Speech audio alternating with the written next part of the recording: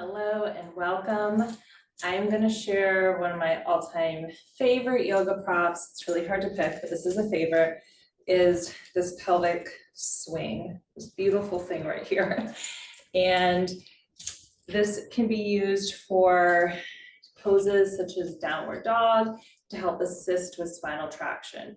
So this is something to build up into. I certainly don't start new clients right away on something like this. I would start with getting used to lengthening through the spine by doing things such as half forward fold at the wall, L-shaped pose at the wall, or wall dog, different poses like that. There's certainly a lot of variety of things to how to use the pelvic swing.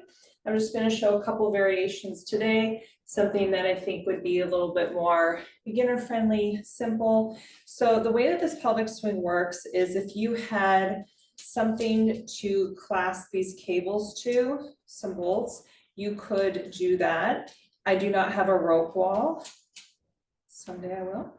So when I ordered this pelvic swing, I ordered these additional door hangers. And I can share where I bought it from too. And so these door hangers are really nice because whenever you move, this moves with you. So I'm going to hang this over my door, closing the door.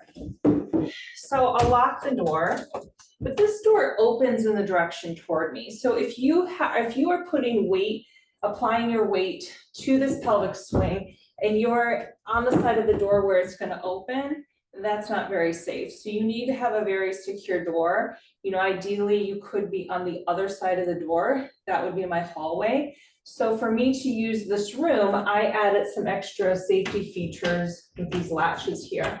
These were inexpensive, they work very well, but I have two of those there so that when I come into this, the door is secure and I feel safe.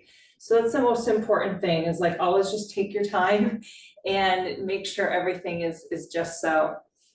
So I'm going to show a first variation with a chair. So I'm going to come to stand, and once I put it in the door, I always give it like a little yank, make sure that everything is very snug, nothing's going to slip out and startle me. And as I come forward, I'm going to find my frontal hip points. So when I come into, say, like a downward dog or this half forward fold, it's a hinge at the hip. I'm not rounding through the spine at all. So if I'm not thinking about it and I use this, it's just going to slip up into my belly and cause me to move into forward flexion. So we want to encourage length in the spine. So I'm not going to let the pelvic swing move up. So as I move forward, I'm keeping my hand at the frontal hip points. And as I soften through the knees, bend through the knees, and hinge forward, that swing becomes snug and it's not moving. And now I'm like hands-free. Feels kind of nice.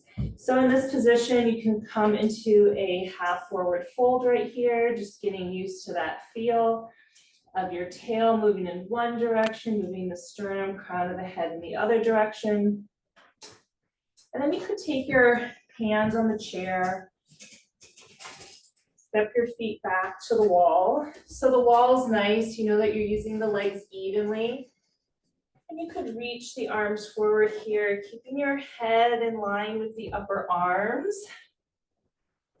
So this could be a nice variation of downward dog. So I have no weight in my wrist. So this is great if somebody has pain in the wrist or they don't want a lot of weight in the shoulders. You can certainly keep a little bend in the knees if that helps the back.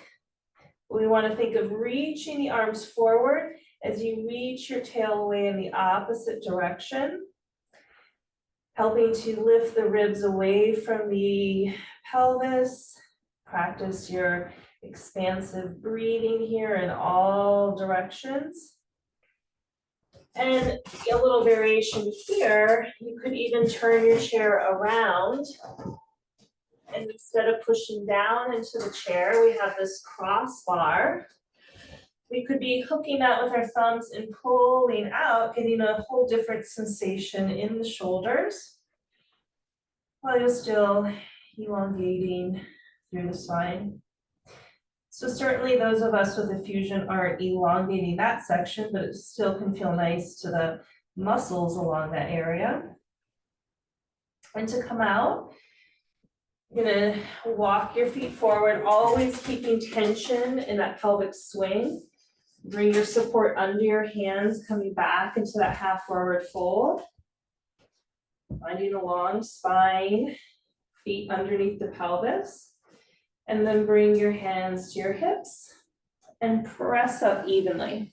So I'm going to show you one other variation, no chair. And this one can be really calming to the nervous system.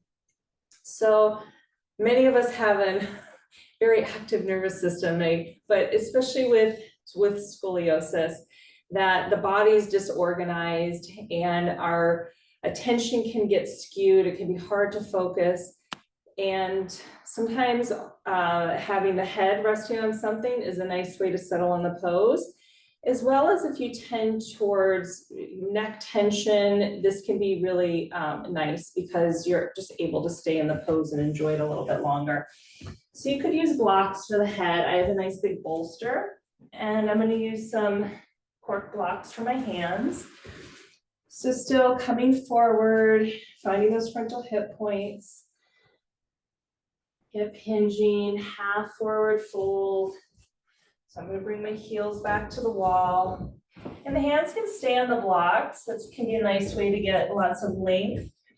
You know, they could stay on one of the 3 heights of the blocks. I'm going to lower the blocks to a lower setting. Once you feel like you've taken a few breaths, you feel adjusted, you could put some kind of support for the head. So this is going just above the hairline. So I'm still reaching forward through the crown of my head as I'm reaching my tail back.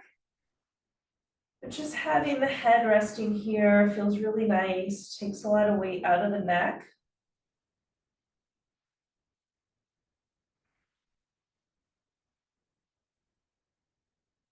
And when I come out here, I really just want to stay. I'm going to keep my blocks under my hands, walk the feet forward, keeping that tension in the pelvic swing, bringing the feet under the pelvis, blocks under the hands, long spine.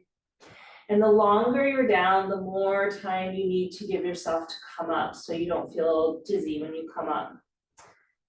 So from here, bring the hands on the hips. And that long spine, this is strengthening for the back. And then pressing into the feet, lift both sides of the spine.